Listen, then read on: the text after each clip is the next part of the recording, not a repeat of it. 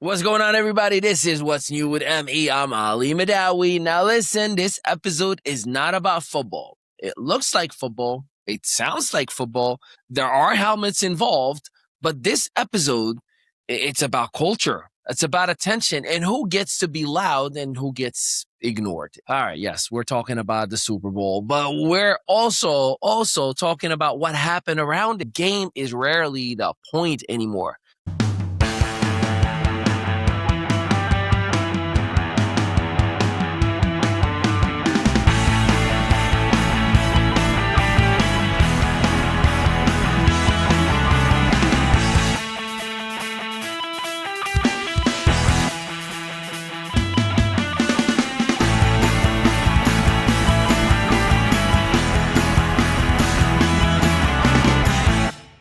Let's get into it. Segment 1, Super Bowl LX 60 licks. The quiet game. Super Bowl 60, Seattle, New England, final score 29-13. Now, if you missed the game, don't worry. So did most of America.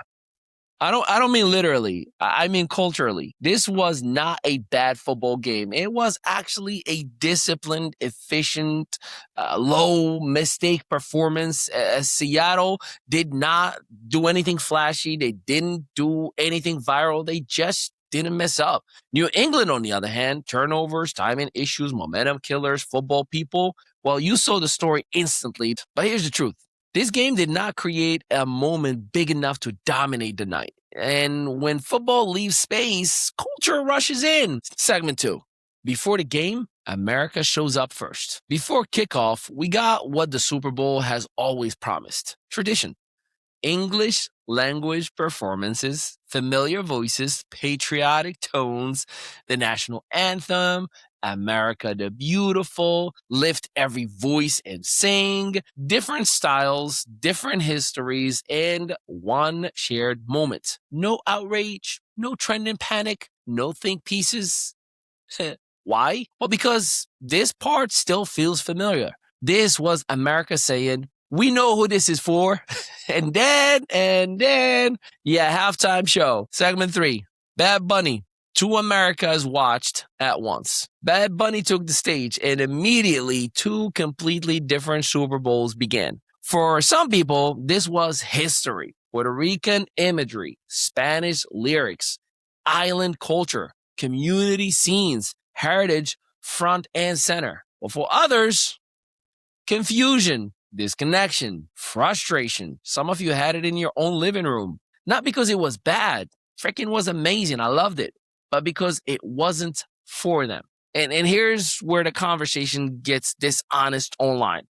This was not about whether Bad Bunny is talented. He is. This was not about music taste. This was about ownership, about who feels like the Super Bowl still belongs to them. Segment 4, the symbols. This part matters. Let's talk about the visuals because nothing on that field was accidental. The house on stage, that was home, not celebrity home, real home. The greenery, the sugarcane imagery, roots, land, where people come from.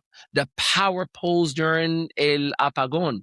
That wasn't abstract art. That was a direct reference to real power outages in Puerto Rico. Real infrastructure problems, real lives. This wasn't just a performance. It was a statement. And then something happened that made everyone pause. Segment 5, the wedding. A real couple got married, not actors, not a skit.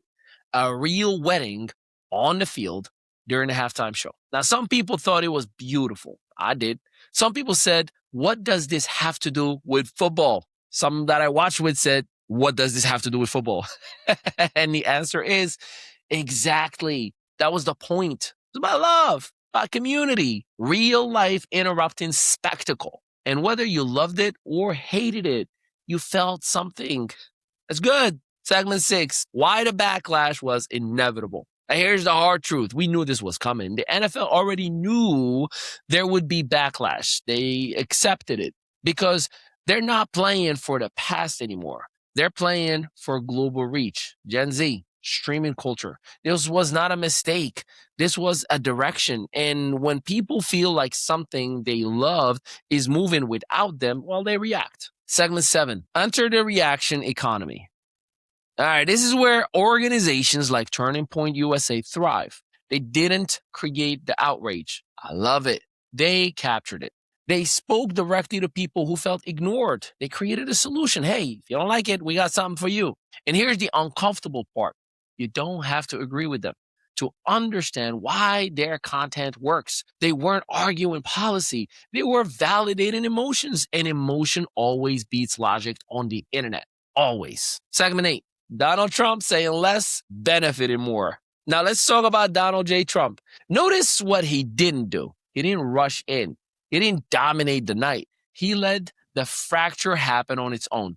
And after, the messaging was simple. This doesn't feel like your America anymore. He didn't create a division. He stood in it and said, I see you. That's not noise. That's strategy. He, on his own way, thought, how can I bring the conversation together? Segment 9. Iran and the silence says everything.